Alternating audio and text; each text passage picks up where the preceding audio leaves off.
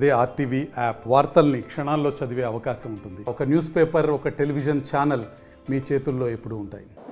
ప్రభుత్వం గంజా నిషేధానికి అధిక ప్రాధాన్యత ఇచ్చింది. దీనికోసం రాష్ట్రంలో యాంటీ నార్కోటిక్స్ టాస్క్ ఫోర్స్ అనే ఒక ఫోర్స్ని కూడా ఏర్పాటు చేశారు. దానికి అధికారులను వేశారు, కొంతమంది స్టాఫ్ను కూడా ఎలక్ట్ చేశారు. అది త్వరలో ఫంక్షన్ అవుతుంది.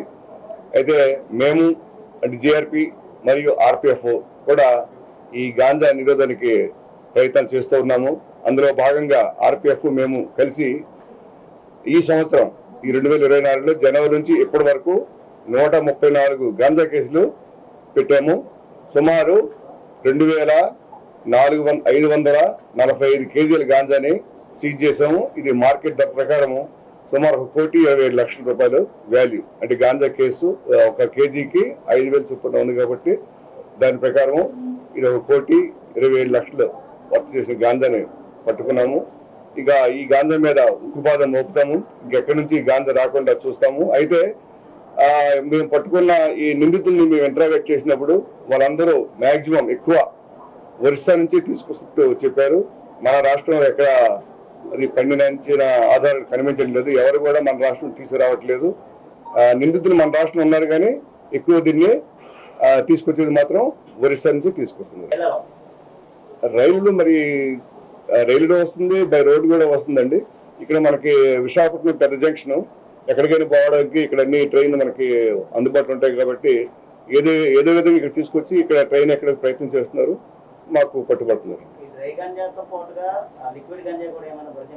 మాకైతే మా వరకు విశాఖపట్నంలో అయితే లిక్విడ్ గాంజా ఏమి మేము ఇంతవరకు క్యాచ్ చేయలేదు. కౌన్సిలింగ్ మరి పిల్లలు కానీ కౌన్సిలింగ్ చేస్తున్నాం కానీ వాళ్ళు ఒక అలవాటు పడిపోయినారు. ఇది తక్కువ డబ్బు కొంటున్నారు, అక్కడికి వెళ్ళి 2,000 చొప్పున ఎంత కొంటున్నారు. వీళ్ళకి ఇక్కడ అమ్ముకుంటే సుమారు 15 నుంచి 20,000 కేజీకి వస్తుంది కాబట్టి దీనికి ఈజీగా మనీ ఎర్న్ చేయడానికి అలవాటు పడిపోయినారు. లేడీతో అసభ్యకరంగా ప్రవర్తించాడు. అతని పేరు సుమంత్ మండల్ అని, ఆయన మిడ్నాపూర్. ఒక లేడీ పడుకుంటే ఆమె ఎడల అసభ్యకరంగా ప్రవర్తించాలని చెప్పారు. వెంటనే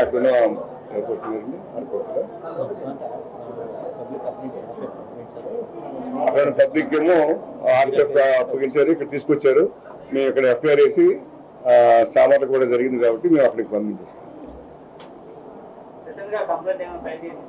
అంటే ఆమె చెప్పింది కానీ వెంటనే ఆవిడ మీరు ట్రావెల్ ఆపుకుంటూ వెళ్ళిపోయినారు. మేము ఇప్పుడు రిపోర్ట్ తీసుకుని ఆవిడని ఫోన్లో అయినా అక్కడికి వెళ్ళి ఒక ఉమెన్ కానిస్టేబుల్ అయితే ఉమెన్ ఎస్ఐ గారిని వెళ్ళి ఆవిడ విచారణ చేస్తారు పద్ధతి ప్రకారం. ఇది బెంగళూరు హౌరా. ఆమె హౌరా వెళ్తారు.